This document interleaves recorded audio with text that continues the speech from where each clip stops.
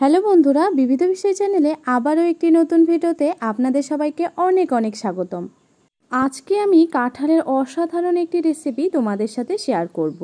এই রেসিপিটা তৈরি করার জন্য আমার লাগছে পেঁয়াজ বাটা, আদা বাটা, রসুন বাটা, লঙ্কা বাটা, পেঁয়াজ কুচো এবং টমেটো বাটা। আমি কাঁঠালটা ভালো করে কেটে নিয়েছি এবং এখানে কড়াইয়ে জল গরম করে তার মধ্যে দিয়ে দিয়েছি হলুদ আর সামান্য পরিমাণে এখানে দিয়ে দেব নুন। আমি কাঁঠালগুলোকে 90% সেদ্ধ করে নেব। তারপরে এর মধ্যেই আলুগুলোকেও সেদ্ধ করে নেব 90%। আমার আলু কাঁঠাল এগুলো ভালো করে সেদ্ধ হয়ে গেছে। এবারে আমি এগুলোকে নামিয়ে নেব।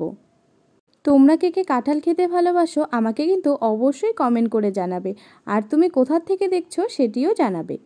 কাঁঠালগুলো তুলে নিয়ে আমি কড়াইটা পরিষ্কার করে এর মধ্যে দিয়ে দেব তেল। তেলটা ভালো গরম হয়ে গেছে। এর মধ্যে আমি দিয়ে দেব তেজপাতা, গোটা এলাচ, লবঙ্গ, দারচিনি, এগুলোকে ভালো করে ভেজে নেব। ভালো করে ভাজাভাজি করে নিয়ে এর মধ্যে দিয়ে দেব কুচো করে রাখা পেঁয়াজগুলো। পেঁয়াজটাকে আমি লাল লাল করে ভেজে নেব। তারপর এখানে আমি দিয়ে দেব যে পেঁয়াজটা বেটে রেখেছি সেই পেঁয়াজটা। তারপর দিয়ে দেব রসুন বাটা। এগুলোকে ভালো করে ভাজাভাজি করে নিয়ে এর মধ্যে দিয়ে দেব আমি আদা বাটা। এগুলো থেকে যতক্ষণ না পর্যন্ত তেল বেরিয়ে আসছে ততক্ষণ পর্যন্ত আমি ভাজাভাজি করে নেব। এরপরে যে লঙ্কাটা আমি বেটে রেখেছি সেই লঙ্কাগুলো এর মধ্যে দিয়ে দিলাম। তারপরে এখানে আমি দিয়ে দেব টমেটো বাটাটা। এবারে ভালো করে ভাজাভাজি করে নিয়ে এর মধ্যে আমি দিয়ে দেব ধনে গুঁড়ো এবং জিরে গুঁড়ো। আমি কিন্তু এখানে সমস্ত মশলাই একেবারেই দিয়ে দিচ্ছি ভাজাভাজির সময়। তোমরাও এটাই করো। ভাজাভাজির সময় যদি সব মশলাগুলো দেওয়া হয় তাহলে টেস্টটা কিন্তু দ্বিগুণ হয়ে যায়। এবার আমি এর মধ্যে দিয়ে দেব ফেটিয়ে রাখা টক দই। আমার সব উপকরণ ভাজাভাজি এখানে হয়ে গেছে। এবারে আমি যে আলু আর কাঁঠালটা সেদ্ধ করে রেখেছি সেগুলোকে এখানে দিয়ে দেব। তারপরে এগুলোকে ভালো করে ভাজাভাজি আমি করে নেব।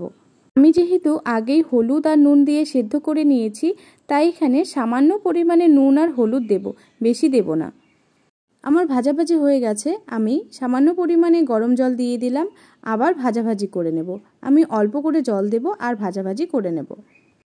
এভাবে কিন্তু ভাজাভাজি করতে করতে আমার এই আলু আর কাঁঠালটা পুরোপুরি সেদ্ধ হয়ে যাবে 100%। আমি এগুলোকে 5 মিনিটের জন্য ঢেকে রাখবো। কালারটা কিন্তু দারুণ এসেছে আর খেতেও কিন্তু অসাধারণ হয়েছে। তোমরা কিন্তু বাড়িতে অবশ্যই এই রেসিপিটা ট্রাই করো।